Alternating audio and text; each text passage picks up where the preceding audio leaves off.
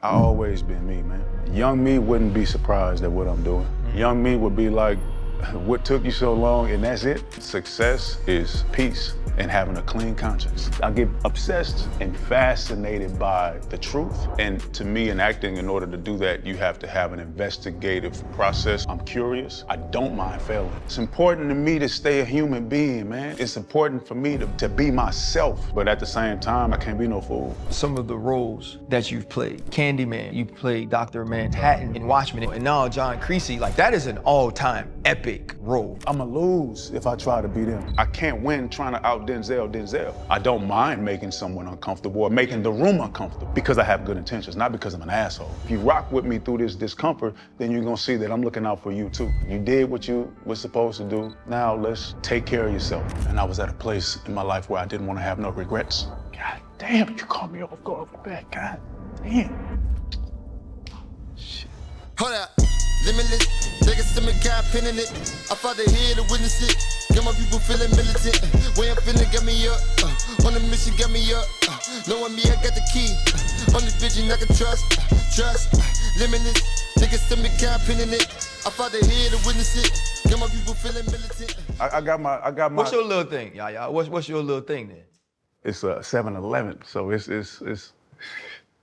So, you know. Like the glizzy from 7-Eleven? Or the pizza? Slushy. I always do slushy. But I, like, Uber Eats it. You know, like had him bring a slushy and some, That's fair. some Oreos and right. strawberry cheesecake, ice cream. Who make it? You Ben and guys Jerry's. is enjoying life. You guys are Jerry's. built totally different. He's enjoying life. But look how we sit. Two different body types. We sit the same. No. Plus, you don't want nobody running to Candyman after midnight Yeah. anyway. Oh, man. Good job. Man, Yahya Abdul-Mateen, man, welcome Thank to you. the show, man. 2020, Primetime Emmy Award winner. That suit was fire, too, by the way. I know it was like 4 a.m. wherever you were, though. Yeah. Shooting The Matrix. That's Fred Taylor. This is Channing Crowder. I'm Brian Clark. Pivot fam, thank you for pivoting with us. We're gonna get down to the brass tacks, though. Yahya versus Channing, 110 hurdles. Who wins? What was your time? I think around 14. He gonna lie. 14 what? Why I'm gonna lie? You gonna lie anyway, it don't matter. 14 something, yeah. I ran 14.26. That was my fastest time when I was just getting better. So. I'm about a 14.8. Oh, all right. But then football took over, All right. and I said, yeah. All right. They ain't giving no money on this side. They getting bread on that side. Yeah. You get some real money over there. My money's on him, because you're knock-kneed. And I just feel like at some point in getting over the hurdle, that has to hinder your ability. When the last time you've been over a hurdle? 01? You still do it in your mind? No. Not even in your mind? No, I don't do it in my mind. All right. I watch football and still like break down like I'm gonna make a play. All right. Knowing I can't make no plays. All right. But yeah, I know my athletic is all gone. Yeah. Y'all still play in your mind? We try, but we just told you to eat Popeye's chicken at 1 a.m. Yeah, So they he lying. ain't doing We no had to play hurdles. the flag football tournament, bro. Oh, yeah. Like 2 weeks ago. Yeah. We all thought we was coaching, right? So we get out there. Quarterbacks is like Aaron Rodgers, Carson Palmer, Marcus Martin, like real quarterbacks, you know. People that really still run around. So we start warming up where we really warm up. He played 2 plays. He sprained his ankle. Oh, man. He made it a game and a half. He pulled both hamstrings. And I've been sore since. So nah, dog, we don't do none of that. ain't none of that. Ain't none of that Oh, man. happening, man. But nah, bro, like really, man, just excited that you're here. Huge fan. I'm gonna be honest, when you were Dr. Manhattan, I thought you were like 6'8". You know, so when you walked in, I was like, oh, you're just a little bit taller than me. You know what I mean? I thought you were a much bigger dude, man. Just for you, born in New Orleans, grew up in Oakland. And to have the level of intelligence that you have and wanting to be an owner, wanting to be a boss. Talk a little bit about the construction worker you met that put that in your mind, that wasn't the work you wanted to do. You wanted to do something more. That's good stuff. That's good stuff, yeah. It was a security guard. Security, okay. Yeah, I'm in the mall with my mom, and she's shopping. Somehow I end up at the front of the store asking the security guard all of these questions about his utility belt. I'm just what's this? What's that? What's this? I'm super curious. And he asked me some questions back and he said, what do you want to be when you grow up? I said, I want to be a construction worker like my dad. My father's a construction worker. Yeah, got you.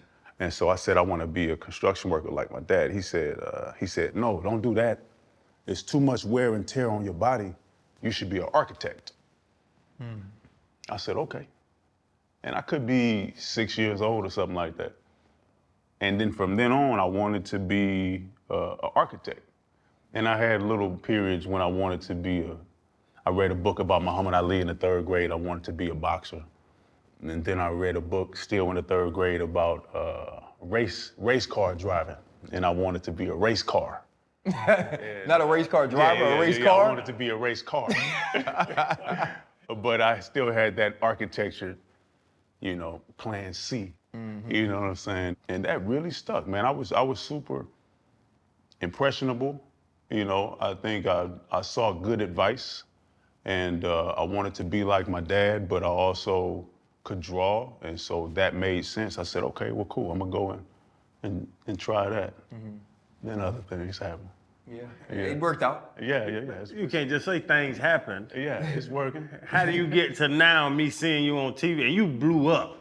Yeah. It was like, we ain't see you, and then you was on every damn blockbuster that ever came out. Like, I need the mid-ground between want to be a race car, and now you on every damn movie that we watch. Yeah, man. I need that part. It's cold because I worked in city planning after college. I worked in city planning, and I got laid off.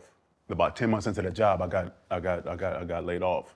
Let me backtrack a little bit because I was studying architecture. I went to Berkeley, I studied architecture. And in architecture, you have to give out presentations, right? So I have a stutter. My father stuttered, and so I would stutter during my presentations. And so I figured that taking an acting class would help me to overcome my stutter to help me with my architecture presentations. It didn't. Not at all. I would still get up there and stutter, but I never stuttered when I was acting. Oh, wow. And I was good at it. You know what I'm saying? I was good at it. I was always quiet. I went to 13 different schools growing up. So I was always the new student who goes sit in the back of the class, on the side of the class, quiet. But at home, I'm the youngest of 6. I got a lot of attention. So I had this other side in me, but I was always in new environments. And in those new environments, I sit back, and I'm quiet. And then I, find my space, and then I just take over the room. You know what I'm saying? In random moments. I remember singing in 8th grade at the dinner dance. I remember, hosting pep rallies in high school, dressed like Michael Jackson. It made sense. But I was still that quiet dude that's in the back of the class, that's on the side of the class. You see what I'm saying? So I sort of had this private persona. It was like a duality. Yeah. I had this private persona that still could sort of pop out and be attracted to the light. That happened in college when I took that acting class. That light, I looked good in the light. I found my place in the light. So let me fast forward. I'm working in city planning, and I got laid off. And I said, man, I think I'm gonna go try the acting thing, because that was fun. I said, okay, well, this is my plan. I'm gonna go and, apply to graduate school and really give acting my best shot. I'm gonna give myself 3 years to make significant progress. I didn't know what significant progress meant, but I knew that at the end of 3 years, if I didn't make it, that I would go back to graduate school and go study city politics or something like that. And at the end of 14 months, I got into Yale and NYU and Harvard and American Conservatory Theater in San Francisco. And I went to Yale. That was 2012. I graduated 2015. When I graduated, I already had my first job. 10 days after I crossed the stage on graduation, I was doing this big scene in this disco scene in a show called The Get Down. That was my first job, playing Cadillac on The Get Down. Yeah. Man, Baz shot me like a star, man. Baz really took care of me on set. He saw something in me. And it was really, I think, the performance coupled with the way that Baz shot me that made James Wan and Aquaman take a chance on me. That made Lana Wachowski take a chance on The Matrix, and Michael Gracie and Greatest Showman, and everybody else that I've worked with since then. I think I've just been, really blessed. And Can you still remember the Baby Boy monologue? the Guns and Butter. Yeah, I remember the Guns and Butter. Yeah, I remember the Guns and Butter. Yeah, Yeah, because that's what you used to get to the drama class, right? I used that to get in my first class. So it's a couple different stories. One is about the stuttering. The other one is I ran track and we had this, it's like hazing, you know what I'm saying, where they made the underclassmen go and perform like on stage as a part of like the team building and stuff like that. And I go out there and I'm mocking all of the coaches and things like that. Everybody laughing. Next day at practice, my teammate, he's like, dude, you should take a theater class. It's just like recess. You know what I'm saying? Right. I'm looking for an easy class to take. I'm like, all right, I'm gonna do it. So I had to learn, you got to do a monologue to audition for the class. And I go in there, I said, what I know, okay? Ving Rhames, Guns and Butter, Baby Boy. Right. You know what I'm saying? I go in there, I lean up against the pillar. And it's this Kelly Rafferty, that was the teacher's name. She's so cool, man. It's Kelly Rafferty and somebody else. And they sitting right there, right, to the camera, right? They sitting like right there. And I go, and you're not supposed to look them in the eye. But I go, and Ving Rhames, he had a cigar. I didn't have no cigar, I just had a pen. And Ving Rhames is leaning against the wall. Wasn't no wall, because I'm on a stage, but it was a pillar. So I go lean against the pillar. I look him dead in the eye, I smoke my little pen. I said, I see you got yourself a little job. That's good, that's good. But when you making money, you gotta know the rules that go along with it. You gotta know the difference between the guns and the butter. And I'm doing my best Ving Rhames impersonation. What's the guns? Cars, clothes, jewelry, all the other little bullshit that don't mean shit after you buy it. What's the butter? Real estate, artwork, stocks and bonds, things that appreciate in value. That's what it's all about. And I look him dead in the eye and I said, you dumb motherfuckers. And I'm locked in, you know what I'm saying? I'm locked in. I'm like, I got my pen, I'm doing everything he did. I'm doing the Ving Rhames and I'm doing the whole thing. And they just sitting there like, they're like, okay. They didn't make no notes or nothing like that. They just sitting there. I got in the class and, the rest is history. I got in the class, yeah, the rest is history. I got a boy, man. I told him, how you get in the class and all that. Man, yeah, you just go do a monologue. And he did Scarface. He did like a Scarface from when Scarface was in the hot tub and stuff like that. And he went and did the same thing. He went and did the same thing I did. Fly, man. Pelican, fly. Yeah, he did the same thing I did, man. But yeah, man, That's awesome. good days, man. I was impressionable. Somebody told me, I think you could do something. And I said, okay, well, I'm gonna go try it. That's awesome, that man. was a very, very important, moment in my life, going after something. I like Yeah, it. you moved around a bit, Yeah. from New Orleans to Magnolia, right? Mm-hmm. Magnolia. How much do you remember about the Magnolia? Because the only thing I've learned was Master P, Yeah. whatever P talking about. How much of New Orleans, your upbringing, do you remember? First thing I remember, stop talking about you in outfit. I want a white t-shirt, some khaki pants, some moss stars, and some money for the dance. That's what come up. That's what come to mind. That's what DJ Jubilee. Come on, man. Yeah. Come on, man. Yeah. Yes, sir. And when that song came on, everybody went outside. Mm-hmm. Everybody outside in the courtyard. This is what I remember. It felt like a family reunion. It was nothing but love, and like everybody doing the dances on the porch, doing the dances in the courtyard, doing the dances in the circle. That was my first sense of family and community, was being in the Magnolia Projects. That was also where I got introduced to death too. Mm-hmm. Very, very, very, very, very young. Very, very young. And that was a part of my story too. Going from, New Orleans to West Oakland. Marshawn is from Oakland. Dame is from Oakland.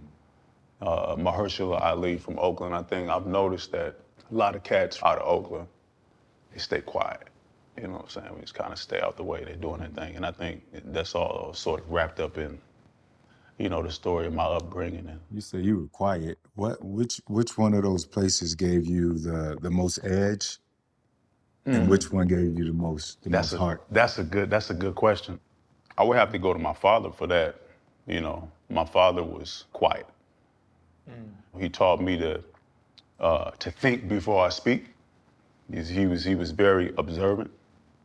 I think New Orleans is like that too. New Orleans is, to me, it's two ways. It's like, I'm gonna keep you at an arm's distance and sort of be quiet and look, you know, but I'm also tell you exactly how I feel at the same time. So it's like, you know, I got both of those sides, and that's like my father and my grandmother and things like that. But Oakland is different. I really came into my own in Oakland, in West Oakland, had long dreadlocks and gold teeth and things like that. And that's when I was really learning how to take up space. When I went to high school, that was the first time that I had went to a school that was the first time that I started school with everybody else. Was in the 9th grade.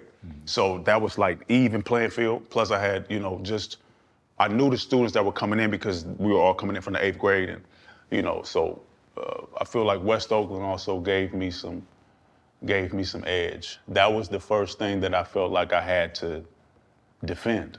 And that came through sports, I think.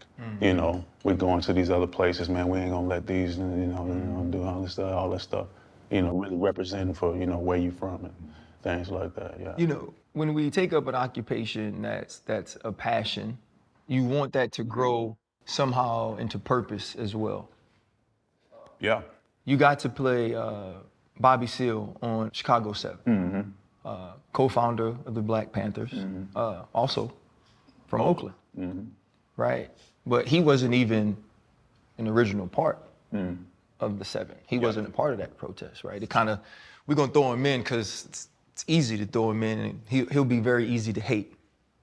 And in portraying, though, what he had to go through and knowing places where he's from, being able to be a part of that, what did that take from you? What did you have to draw upon?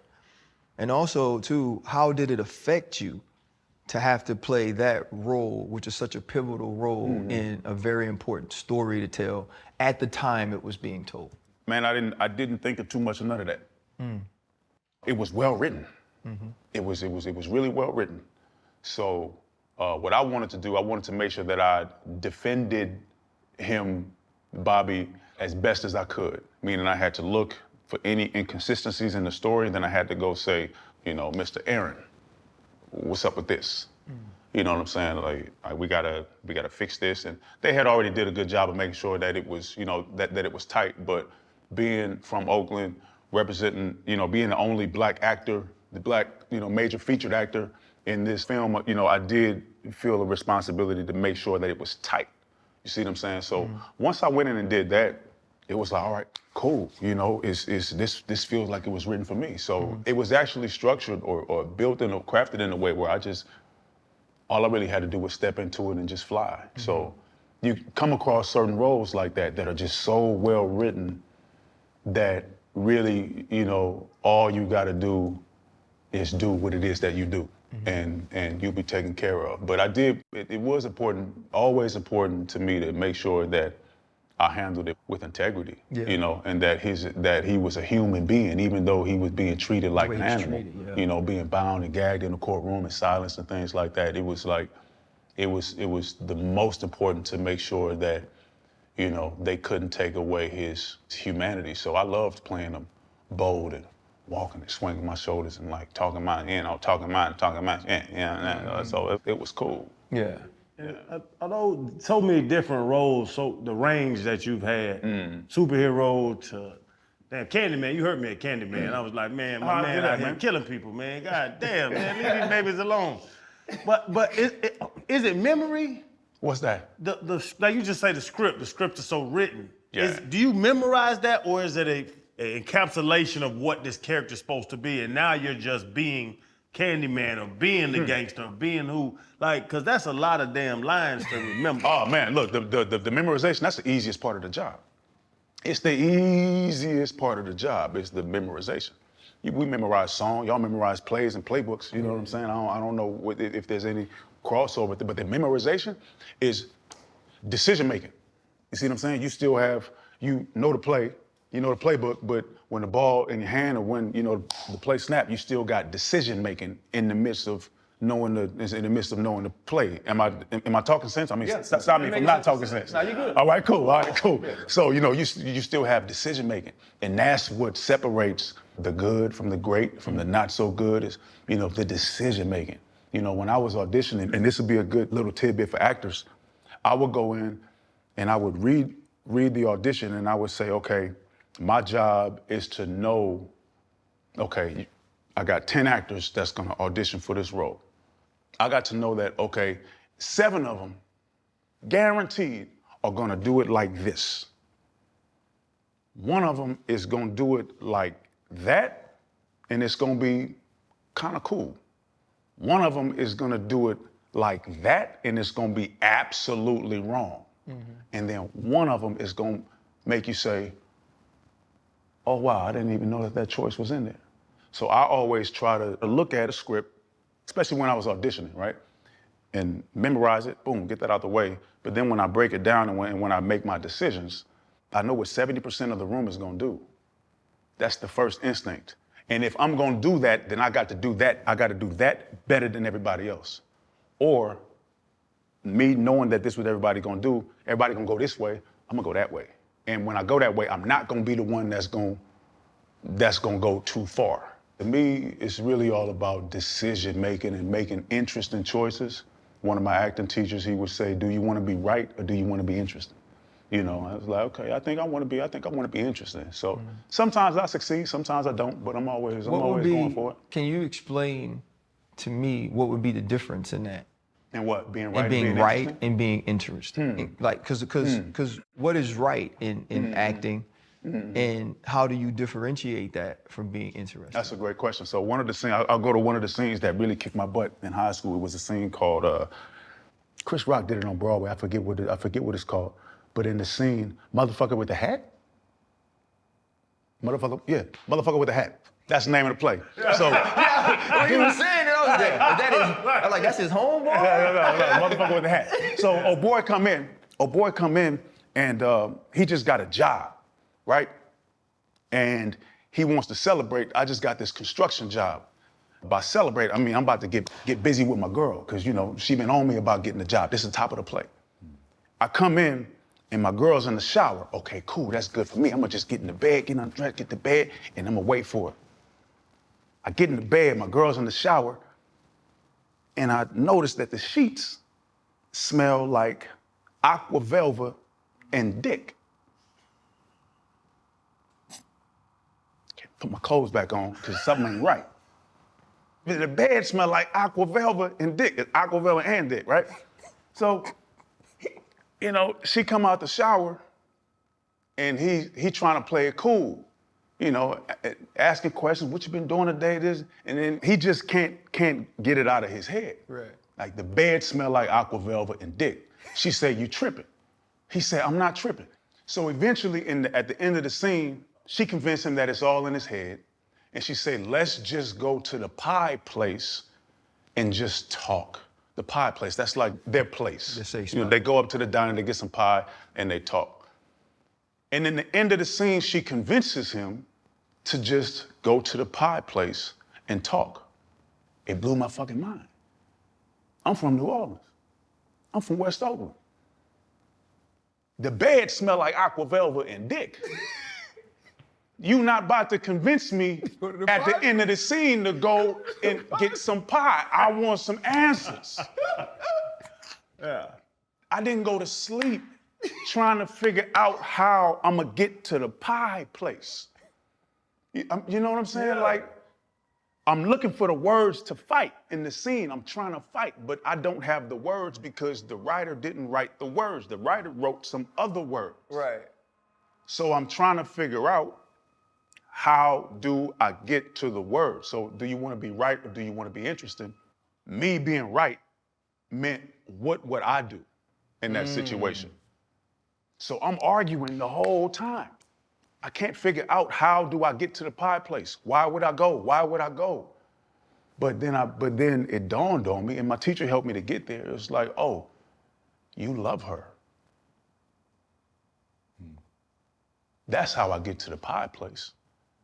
Because evidently I need to be with her more than I need to Be right about Aquavelva and Dick. be right about Aquavelva and Dick. You see what I'm saying? That's a crazy. So I had to learn in that scene to not think like myself. You know, that I can't go through this thinking like myself. Otherwise, I would make all decisions like Yahya make his decisions. Like a 27-year-old immature myself would make the decisions. And I had to learn at the top of the play that like, damn, my baby cheating on me. But okay. All right, you say it wasn't that, okay.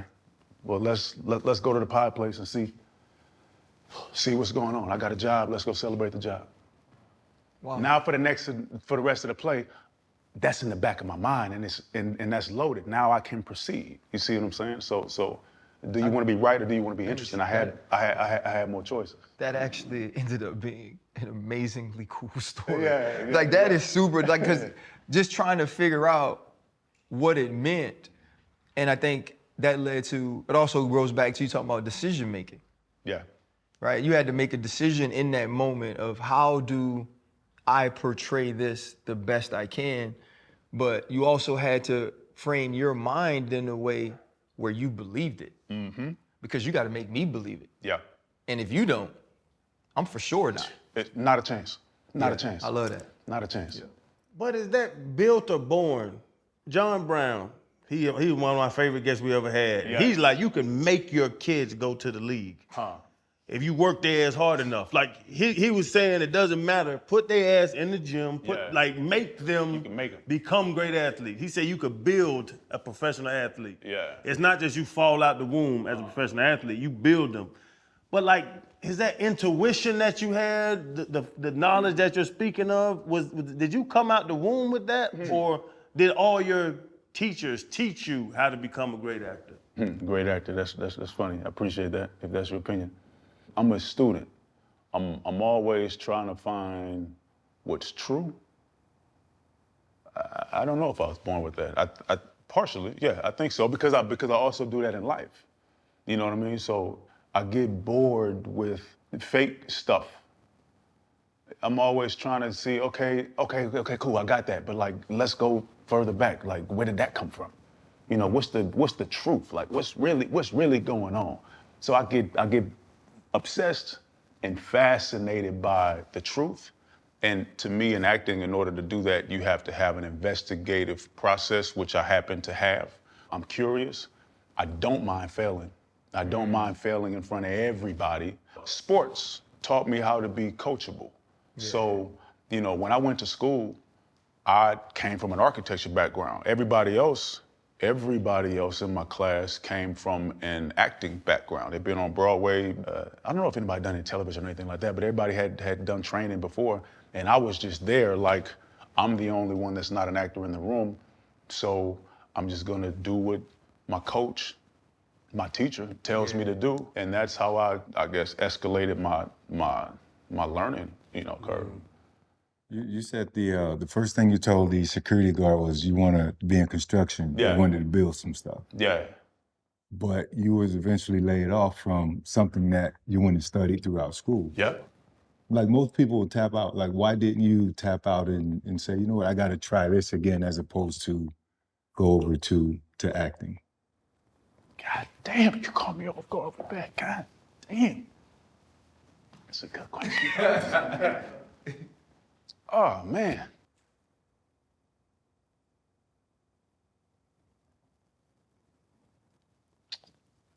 Shit.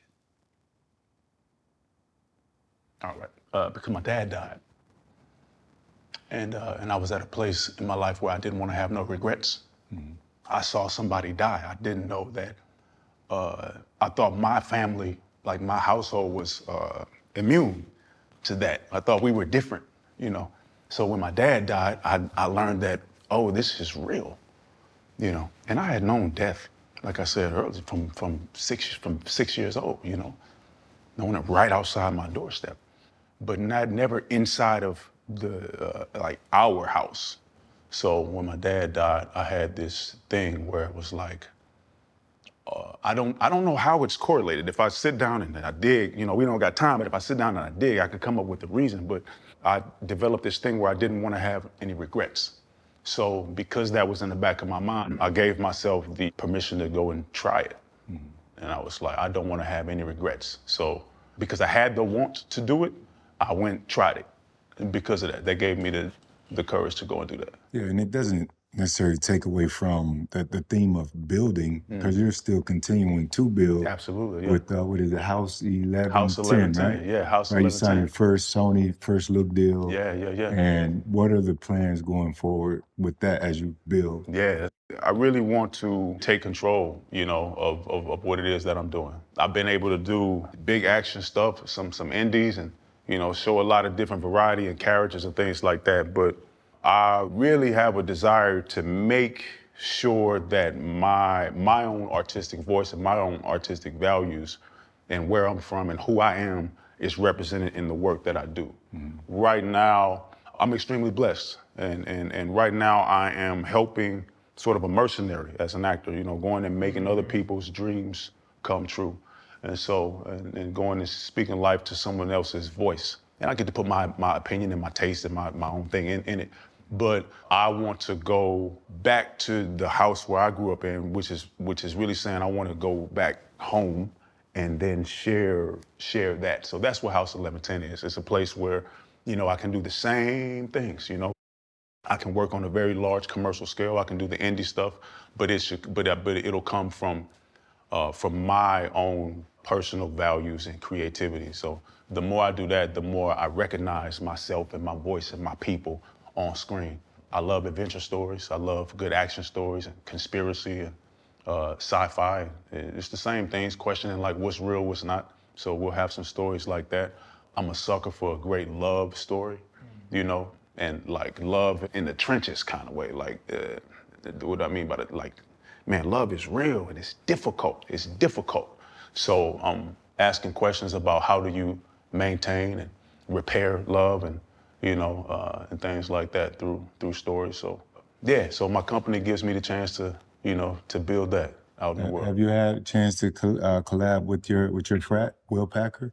No, I haven't. I've spoken to Will, maybe now, maybe 6 or 7 years back, but I haven't come across Will in a little while. Alpha Boys. Yeah. Nobody cares about that.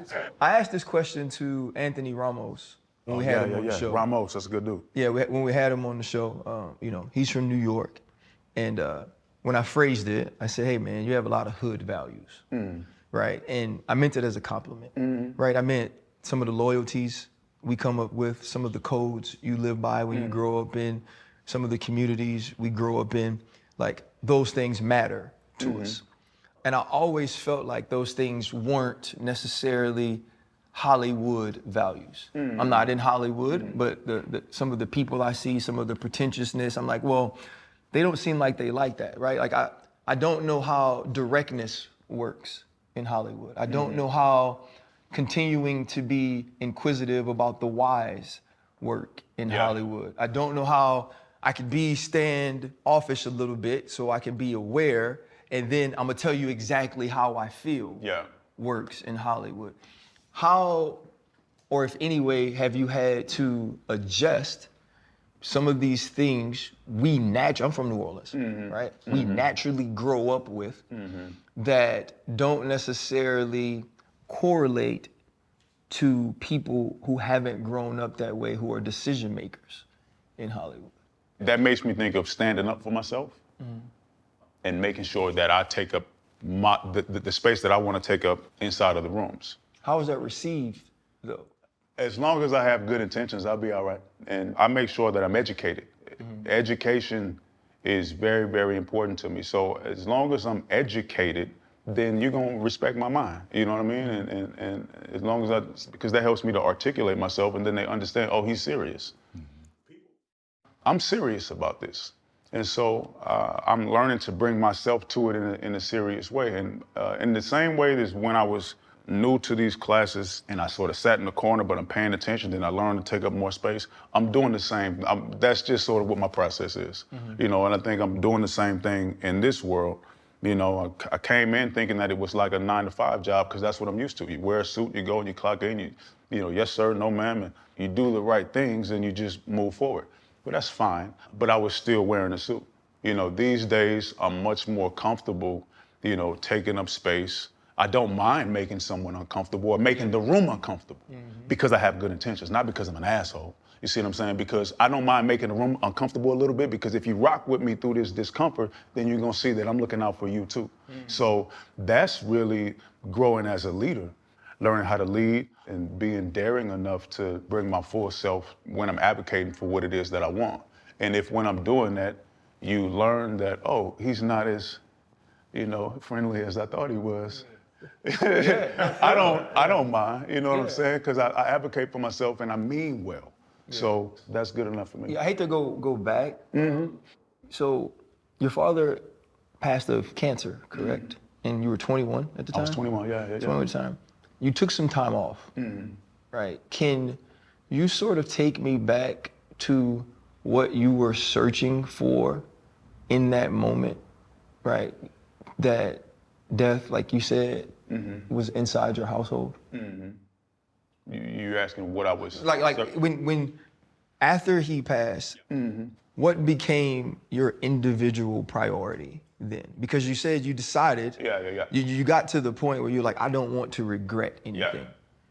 What put you in that place? I don't know, but I do know where my priority shifted. It was just about taking care of my family, filling that void that wasn't my place to fill, because, and this is something that I learned in the last couple of years, it was like, oh wow, I've spent a long time, a very long time, trying to fill the void that he left. I'll never be able to do it because that void is a very specific void. That void is the relationships that he had with them. You see what I'm saying? So there was this 1, 2, 3, 4, 5, there's 6 different relationships that's connected to that person that is no longer here. So when in his absence, there is a void. I was trying to go fill that void, but it ain't my job to do, and I can't do it because I'm not him. So I put that all on myself, and I was like, okay, I put my head down. I gotta do this for the family. I gotta do that, I gotta do this. I still have that, you know, and that is what is driving me. I got a plan, man. I got a real plan, and this is not the end of my plan, you know what I mean? This is not the destination, you know what I'm saying? So I got a plan, but I'm also learning that I have to take my own walk and plan for my own self and things like that, and know that they're all right, you know, because part of their journey is to grow and learn how to adjust with that void too, and I can still look out, but I don't have to go and be in the center of that, you know what I mean? How does the youngest of 6 with a ladybug tattoo do that? You said what happened? How does the youngest of 6 with a ladybug tattoo do that? Yeah.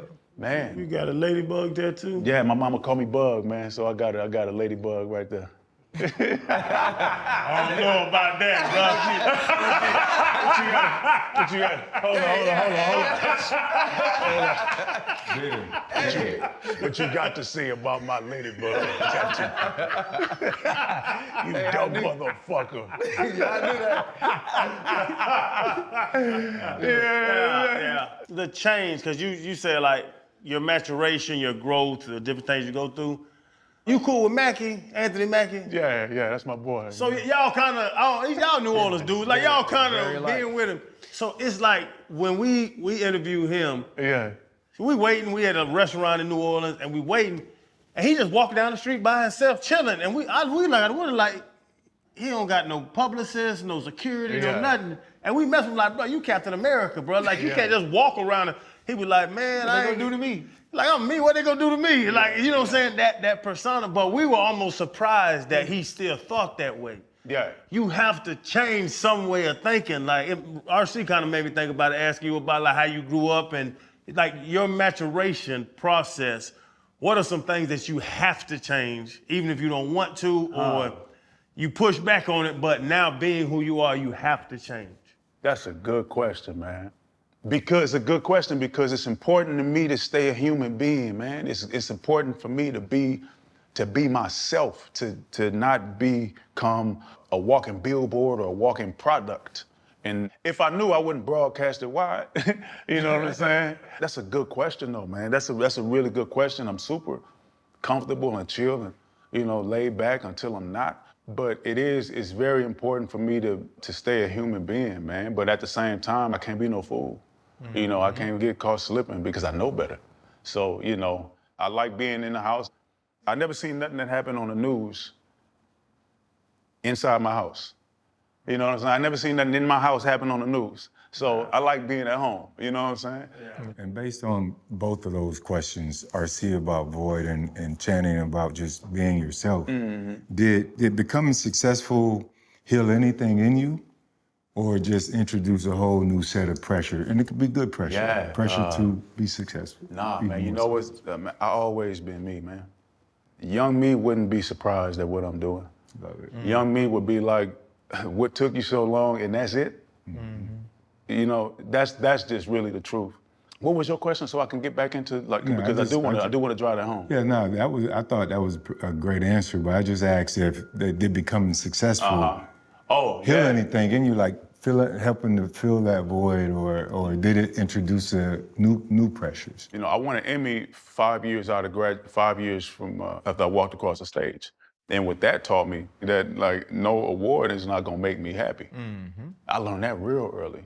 I wasn't expecting it to, but when it didn't, it was just like, yeah, keep on going. That's nice. That's the past. I won't never downplay that. I'm proud. But it didn't do nothing for me on the inside, like nothing. So what that taught me, if I call that success, right? What that taught me is like, it's not gonna come from nothing external. Exterior. That feeling is not gonna come from nothing external. It's gonna come from, you know, from how you feel about yourself, from like the impact that you make on the world, the impact that you make on your family. How about you start there? How about you start with yourself?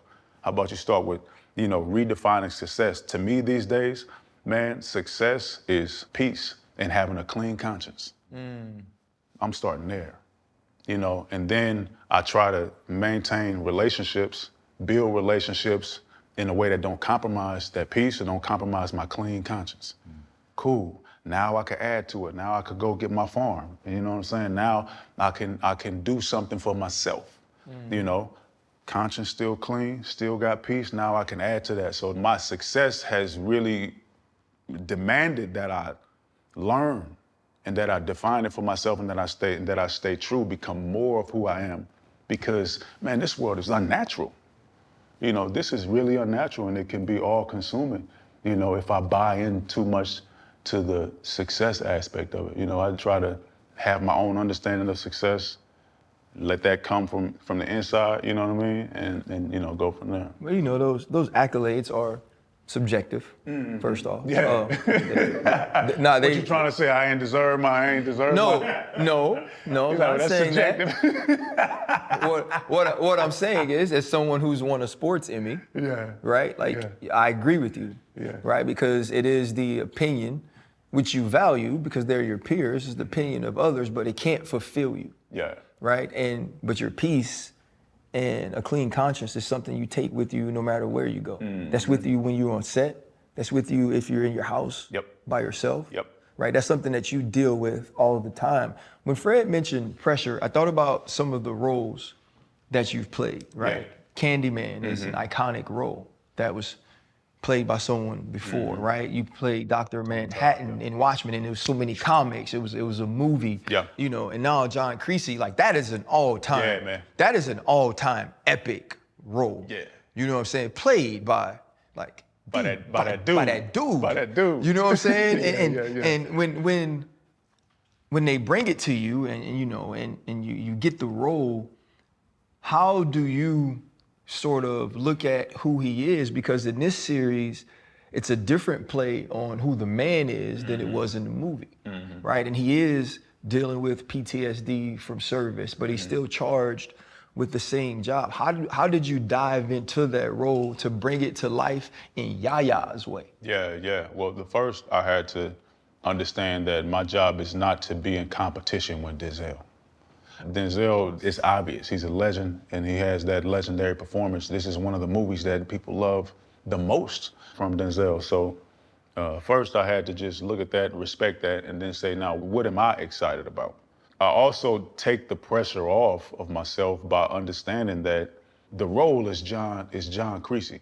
The role is not Denzel's John Creasy. The role is John Creasy. Just like in theaters, you got Hamlet is a role, and many actors are going to play Hamlet, right? Yeah. So John Creasy is the role that was once played by Denzel, that was also once played by Scott Glenn in the 80s. And now it's going to be played by myself. So I had to look at that, first look at the script. Everything starts with the script and look at what the opportunity is. And for me, I found it was exciting to play the truth of what it's like to be struggling with loss, struggling with potentially addiction. And then the fun part of like putting myself in a scenario where this dude ain't got no business being there. You know, this John Creasy, when you meet him, he has no business being out there in the field. You know, he's not ready, but he's there. And you know he's not ready, but he's there. To me, that makes good, really good television, is knowing that, man, this dude is not ready. He's not supposed to be there, but he's there. So strap in, because let's see how he's gonna get out. Here's my question. What's up? What was the interesting way, not necessarily, because you said you know he's not ready, but he's there, right? The logic would be that's not right. Yeah. But that's not what you get to do. Yeah. You had to find the interesting way to be ready and to be there. How did you figure that piece of this character out? Well, I leaned on what I thought was true. I didn't hide when he was hurt. I didn't hide when he was sad. I didn't hide it. I didn't try to be cool. You know, I know he ain't cool. I read the script, man. I don't want to be him. I don't want to be him. So he not cool. Now I want to be Denzel's Creasy. That dude was cool. You know what I'm saying? I want to be him. You know what I'm saying? You know what I'm saying? I don't want to be this dude. You know what I'm saying? So that was my way in, to find like, oh, he really going through something, and then to see how far I can get. And then in the middle, it helps to have scenes where like I came from the bar and I had 6, 7 shots, and I just tried to end my life 2 weeks ago. So I'm just itching for somebody to tell me something. I know I got all these skills, I just don't got a place to use them. So I'm about to put myself in somewhere in this situation where I know somebody gonna say something to me. I know somebody gonna say something to me. And then somebody say something to me. What they gonna do that for? You know what I'm saying? All right, let's go. Let's go. You know what I'm saying? And so I had to still look for those things to wake me up. You know what I mean? And I found them. Does it jade your creative process watching Denzel play a role that you're playing, or watching? I forgot the big dude named Candyman. That big old bastard back when we were kids. Yeah. Does it to watch them do it, do you try to emulate them, or do you try to do you in that role, even after watching them? I'm going to lose if I try to be them. I may lose trying to be me, you know what I'm saying? But I'm guaranteed to lose if I try to be them, because I can't do this. I'd rather lose as myself. I can't win trying to out Denzel, because Denzel. And then you got John David, so if anybody gonna come and, and do Denzel, it's gonna be John David. But John David is his own man. So he's not even, trying to do Denzel. You know what I mean? So. But does it help to watch them be them? Yeah, it does. I'll tell you how it helps. It helps to know what the fans love. That's an important part of the science, if one cares to give a little something to the people who love the show, who love the movie. So it's like, okay, so they really like that. All right, so that's good to know. I'm gonna put that in my pocket. But it's not necessarily about Denzel or about the actor's specific performance, but it's about knowing what the fans are really loyal. You know what I mean? The fan, and you know, people gonna tune into this with their arms crossed a little bit, like, you know, they gonna come sizing me up. I know you gonna size me up, cause you know what I'm saying? That's how they gonna come to it. Yeah. But that's the position I put myself in. My job is to be like, it's cool, just stick around. You're gonna be all right, you're gonna be all right. And if you, okay, well, fuck you, you know, okay, got something for you, okay, got something. This is what I wanna show. You know what I'm saying? Like, ultimately, you know, yes, it helps, but it helps that much because then you got to put it out the way, and then I have to do what I want to do, because otherwise, you know, I spent 8 months doing that. You know, I still got to go do the job. You know, people may watch it in one night or watching it over the course of a week. I spent 8 months doing that, so I better love something about it, something in myself that I got to share. So we always ask our guests, what's their biggest pivot in life? Yeah. That's the one moment you can look back on and say, because this happened to me or for me, I am who I am today. Man, it's so many, you know, even just today I've talked about quite a few, you know, transitioning from architecture to acting, going in and, you know, that teammate daring me to take a class, you know, apparently watching Baby Boy, you know what I'm saying? My father passing, you know, somebody seeing me on stage when I'm doing a Shakespeare at Yale and throwing me a bone, which was my audition for the Get Down. Getting that and going playing Cadillac, Bass shooting me a certain way, you know what I mean? I think in the last couple years, I am doing another pivot that has to do with like building a life outside of this and being like, hey, bro, you did a good job. You cool. You cool, you know? You can take a year off of work, you can take time off. You know what I'm saying? My agent probably don't want to hear that. But you know what I'm saying? But like, hey, you cool. You did what you were supposed to do. Now let's take care of yourself. Let's take care of yourself. That's where I'm at right now, and I'm learning how to do that. That's the most interesting, you know, pivot. So, you know, next time I come back, you can ask me how that's going. Whose voice would that be? That would be your own voice? That's telling you cool? Man, that's a good question. That is me. But that me is being encouraged by the Lord. The Lord is teaching me how to talk to myself, you know. If I'm wise, I would listen. You know what I'm saying? So that's kind of what that's what that is. You say you like conspiracy theories? Say what happened? Conspiracy theories. Oh yeah, what you got for me? Oh Lord. I believe that they making y'all pretty motherfuckers in the lab. What's the boy's name? Ain't no other ones out there. Ain't no Elba. Ain't no Damson. Damson, Idris. You think he pretty? Aldis Hodges, they are creating y'all pretty motherfuckers back to back to back. Here's the thing why he mad. Cause none of y'all light skinned. Like that's it. Like this is what this is all getting down back to. You getting a little red now, so you know. We had Drake, Steph Curry, and Obama at the same time. Yeah. And then they started putting y'all in Petri dishes. They said, we ain't gonna let you have it too much. And I think they make y'all in labs, man. I ain't gonna lie. Nah, man. Hey, man, I appreciate you, man. This is real, man. I enjoyed it. Thank you for bringing a little Jubilee to the show. I believe that's the first time, you know, we've ever had it. It's been a while since I heard it. Yeah. Nah, man, this was awesome. And, you know, just sitting here with you, I think it's inspiring to me to see a very real human with very real human thoughts, experiences, excel at a job where you do have to be special. And I know maybe a lot of times y'all don't see it. I think in sitting here as a black man, to hear you, to know that you went to UC Berkeley and know how intelligent you have to be to go there, to listen to the fact that you applied to Harvard, NYU, and Yale, and got into all of them. That you decided, even after having an architecture degree, like, I'm gonna move into this. It's inspiring to hear somebody from where we're from bet on themselves, man, and make good on it. And so I do hope that at some point here soon, you hear that voice that says you've done enough. I appreciate that, bro. No doubt, bro. Yeah, thank you very Yes, much. sir. Yes, sir. That was dope. Man, what's it like though too? Yeah, I appreciate that. Respect, Yeah. bro. have, Keep doing your thing. Appreciate you, brother. Yeah, Yes, man. sir. Yep. to have, cause listen to you, like have Cougs be doing what he doing, man, with Ryan Coogler, with all the stuff. Hold up, limitless. They can stomach got pinning it. I fought the head to witness it. Got my people feeling militant. Way I'm feeling got me up. On the mission got me up. Knowing me, I got the key. On the vision I can trust. Trust, limitless. They can stomach got pinning it. I fought the head to witness it. Got my people feeling militant. Way